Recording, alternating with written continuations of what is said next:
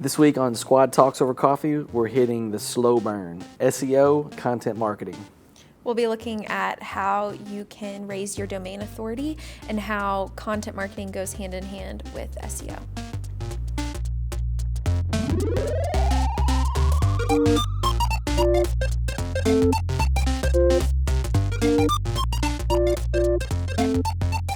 All right, folks, welcome to another episode of Squad Talks Over Coffee.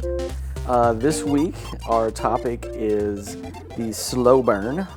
If you've been watching, following along, the last few episodes, we've talked about the fast burn, digital ad play. We've also talked about blogging. Is it still a thing? And so this week, I've got with me Brooke Bishke, formerly Brooke Moody. I still every once in a while accidentally call her that after. I'll respond to both. How long has it been?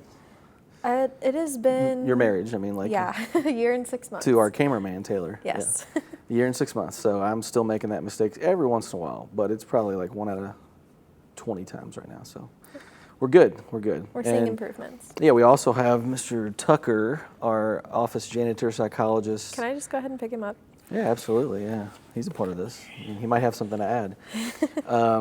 We've got him on the show as well. He travels most places with Brooke. So, Brooke, breaking news here, has got a new title at the squad. Didn't know I was going to spring that on her, but her new title is? It is Client Delivery Manager. Client Delivery Manager. Thank you. Happy to be here. So, if folks on the team are having children, new babies, I will deliver. You will deliver that. And then turn them into clients. Not for partners, just for internal team, because it'd be a little weird with part. Okay. Yeah. All right. But no, so we've called you internally. You've had a title for a while. You've been a director of partner marketing in the past. You've been many things. You've been with us since you've been 12 years old or something, probably. I think, many right? hats have been worn. Yeah. But your title internally was traffic controller is kind of what we've called you. We've realized externally doesn't mean a whole lot. And so the new title has just been rolled out in the last week or so, right? People are hoping I'll stop landing UPS trains. Yes. Just like planes, right? Yeah, well, the marshalling. You've got those sticks where you're constantly doing that stuff. Usually you wear a bright yellow shirt. Yeah, so don't have this that will on be today, a big transition. Let's get to the topic. These folks didn't come here for my comedy, which is bad. But we are in the midst, as we film this, of an empty office here. We usually have some activity going on, some folks walking by, which could be the case any Thursday that we shot these. But this is a Wednesday, and it's in the midst of the first week of the coronavirus, COVID-19, as they say, outbreak. And so obviously a little somber today, but we're going to try to still have some humor. It's good medicine. And we're going to create or share some good content for you guys that you could consume. And our goal is that it would empower you. Some of these things that we're going to talk about today, even during a time like this, a lot of bootstrap type things you could be doing when maybe your sales team's grounded, your marketing team's disconnected, and so let's start by having Brooke break down what in the world do we mean by the slow burn. Yeah, so when we're talking about the slow burn, what we're really talking about is search engine optimization, also known as SEO, and that is really how you're building the authority of your website. And when you're thinking about SEO, you're really thinking about the words that are on the page. So we always... The words at the bottom, like the keywords that you write, that you stuff in and put in white letters at the bottom, like all that. In the past, keyword stuffing was maybe the Bootstrap way people did get and SEO ranking. Black hat. Yeah. I heard somebody recently say call it Black Alley. That was new, kind of, I think, so... I just imagine people with like a baseball bat walking through a dark alley. That was stuff when we started the business 13 years ago that I definitely saw the first 3 or 4 years, a lot of that kind of stuff. You don't see it as much anymore. No. Google definitely frowns upon it. So these days, Google's really looking for more than just words on the page. They're really looking at how people respond to the information that they're giving you or the information that you're giving them. And so what you're really thinking about is content marketing and all of its facets, from the web page to the blogging to the content offers that you provide to people. It all matters. And so it goes beyond the first topic that we covered several weeks ago, which was blogging. We talked a lot about content calendars, blog strategies. Is it still relevant today? We definitely concluded, yes, it is. So it's a big part of that, but it's more than that when you talk about the broader focus of the slow burn. So correct. So your domain as a whole is going to create an authority, and that authority has to be encompassing across all of your web pages, including your blog pages. okay, all right. So talk a little more about, you said domain authority.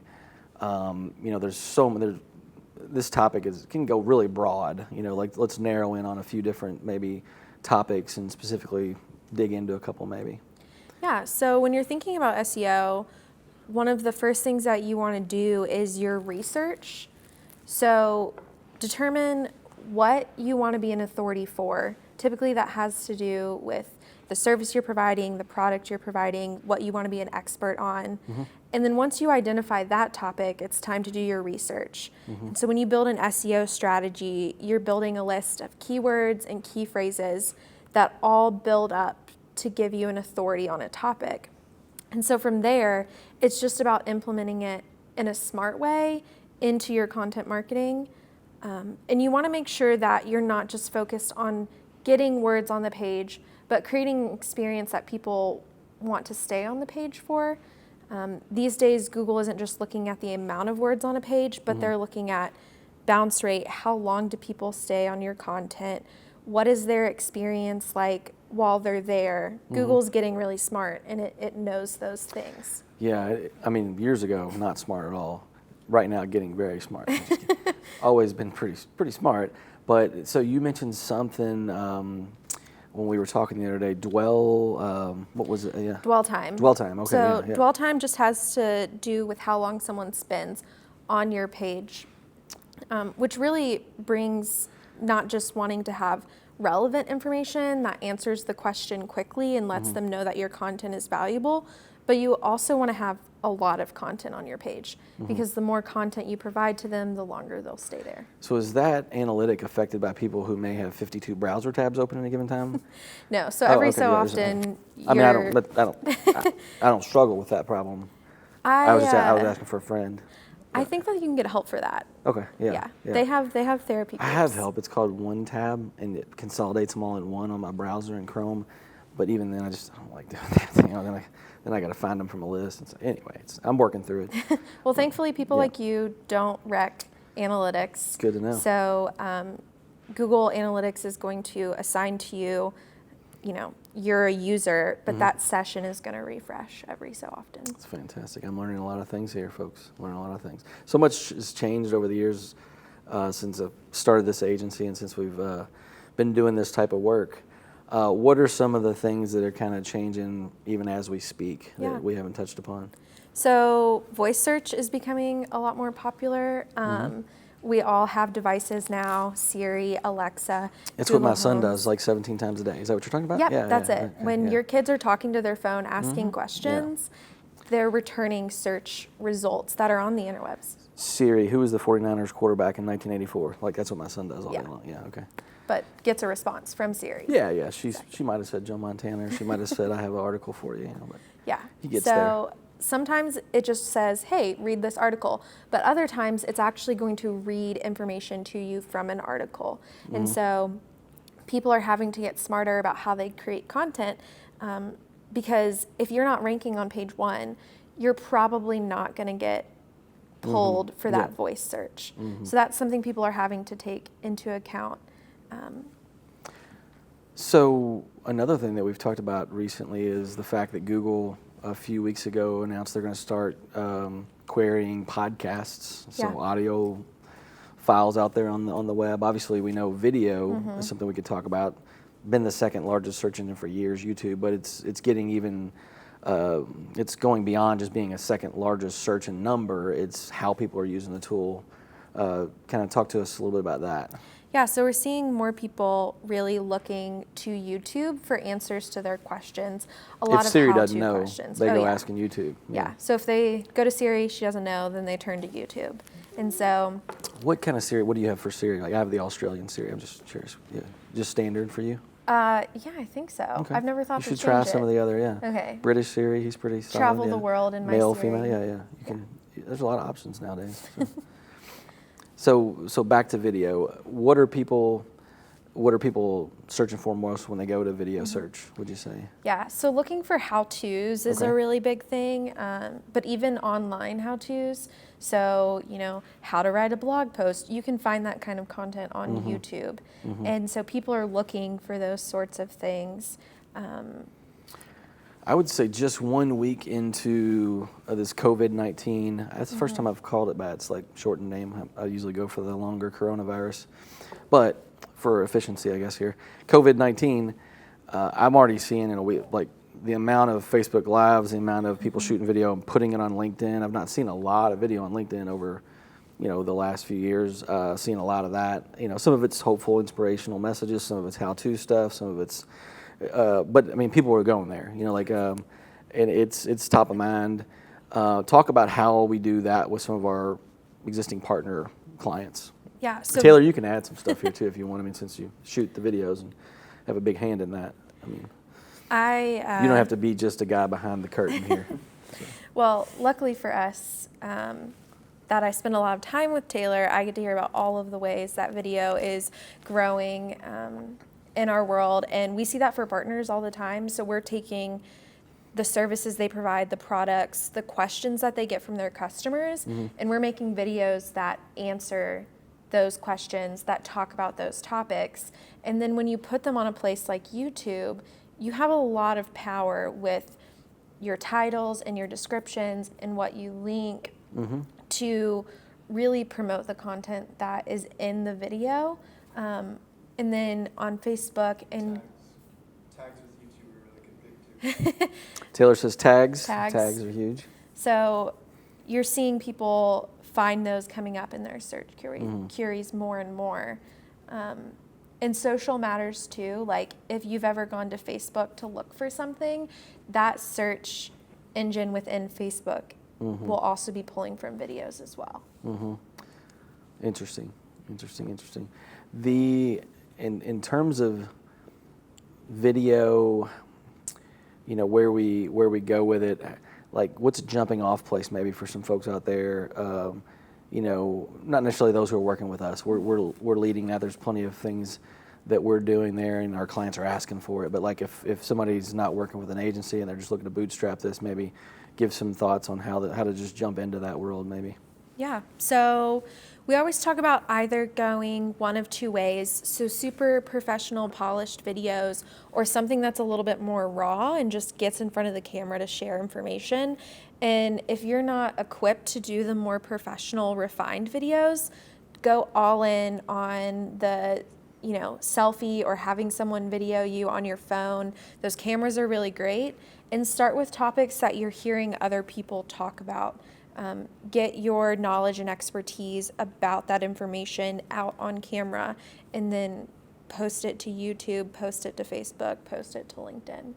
And what I love about the slow burn and talking content is content's not just the written word. It's the written word. It's podcast. It's video. It's imagery on your site. There's downloadable guides and information that you're empowering your audience with.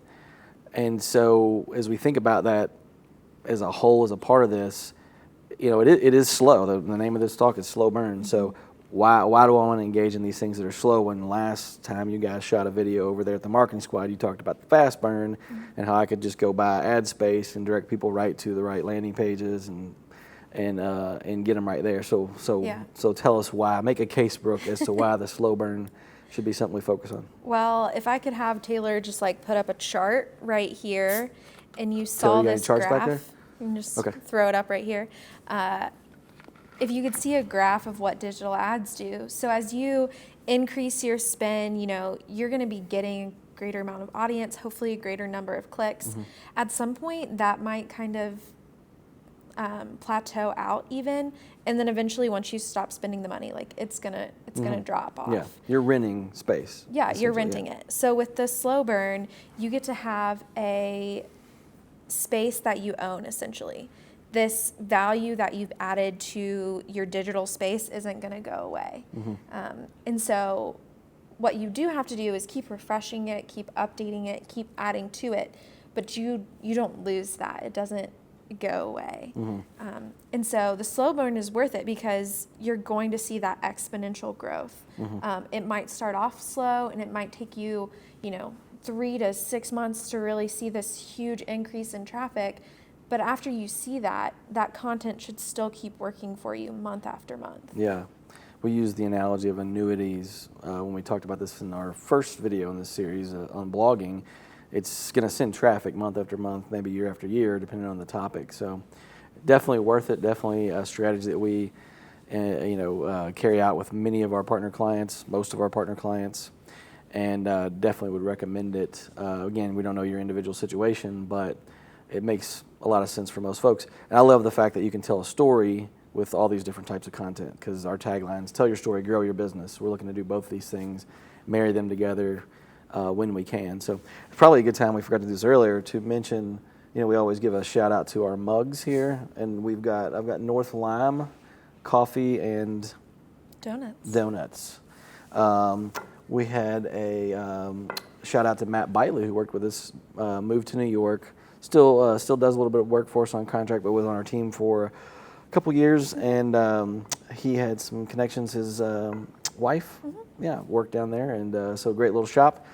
And your mug is from Mystified. I think we had it on another episode, maybe. So, no, we didn't. Taylor says we didn't. He remembers all this stuff. So, Mystified, great little coffee shop and restaurant over in Anchorage. If you're watching this, again, I don't know when these will roll out, but support your local businesses, especially in a time like this. They definitely could use it. So get out, grab some carry out, do what you can to support them. So, all right, as we've talked about all these things, if somebody's just looking to start, you were talking about a jumping off point being what do you want to be an authority in? What do you want to be the thought leader in? So kind of give the folks some pathway there as to how to think about that, how to make a decision, and how to go forward in the slow burn. Yeah, so I think the best way to think about it is, what problem do you provide a solution to, whether that's with your product or your service? And so once you identify that problem, it helps you to start identifying the topics that you need to be talking about. We work with businesses who want to grow. They're looking for lead generation. They're looking for marketing tactics that aren't going to waste a bunch of money and not get them the audience and the leads that they want. And so once we identify what this problem is and what the people we're trying to reach are trying to find answers to, then we can take those topics into tools like KW Finder, SEMrush, and really start looking into what are all of the keywords and key phrases that people are searching for. And then you have to narrow it in, because if you're trying to compete with everybody else for every keyword that's out there, you're going to waste a lot of time and energy and maybe not make it to page one. So it's really about looking for that low-hanging fruit that's within kind of the realm you want to be an authority in. One of the things I love about blogging, especially, or updating your page content on website pages, is also a byproduct is the long tail effect. Again, not super strategic. It's just it makes the case that if you're publishing things, people don't always search the same type phrases over and over. Instead of searching Louisville plumber, they may search why I need a little I need a Louisville plumber because my sink is clogged up. I mean, it could be like some long phrase they type in. That gets you, to the same spot. So you're going to get some effect from that, like a byproduct, just by creating the content. But if you do it in a strategic way, where you're going after certain keywords, again, that's where you can start to move the needle, because those words have much more volume than the long tail type keywords. So yeah, and your keyword plans should be pretty inclusive of the topic that you're trying to talk about. So looking at it from multiple angles and not just saying, okay, I want to rank for Louisville plumber, but finding the things that support that. So, pillar content is becoming a lot more popular. And here at the Marketing Squad, we do that in a strategy that we're taking multiple blogs and writing around one keyword that we want to rank for. But if you have all of these small blogs trying to rank for the same thing, they're just going to be competing against each other. So what we actually do is write a bunch of informative blogs around supporting keywords that support that main topic that we're going after. And so once all of those are written, we get to put them together in a more comprehensive piece. And so that's going to be like what's ranking the best. And then we get to link to those other pieces of content. Awesome stuff. So you guys have heard it here from Brooke B, who's getting to do this stuff. She's been in this industry with us for several years now, five-ish? Five. Veteran in the space. And seen a lot, been through a lot of ups and downs and changes in how Google works and how content strategies work. So appreciate her coming on today. Brooke, if you want to give the people your social media handles, whatever, what channels you use the most? I am a terrible social media user, Bryce, really. Okay. So just find me on our blog. She's on our blog, so. A little bit of Instagram. You use a little Instagram, don't you? I do use Instagram, but you'll mostly see pictures of my cat and my dog and the things that I've baked recently, and less to do about marketing. She's a great baker. Everyone on the squad would attest to that. So, and a great client delivery manager. So thanks to Brooke for being on this week. Thank you guys for tuning in. Definitely subscribe. Follow us on. We're out there interacting on Facebook, Instagram, LinkedIn, the Twitter, of course, and of course YouTube. And the YouTube, yes, the YouTube, as Byrne called it the other night on the debate. Thank you for joining us on another episode of Squad Talks over coffee. We are going to pour these out after that, just with the whole sanitary stuff going on.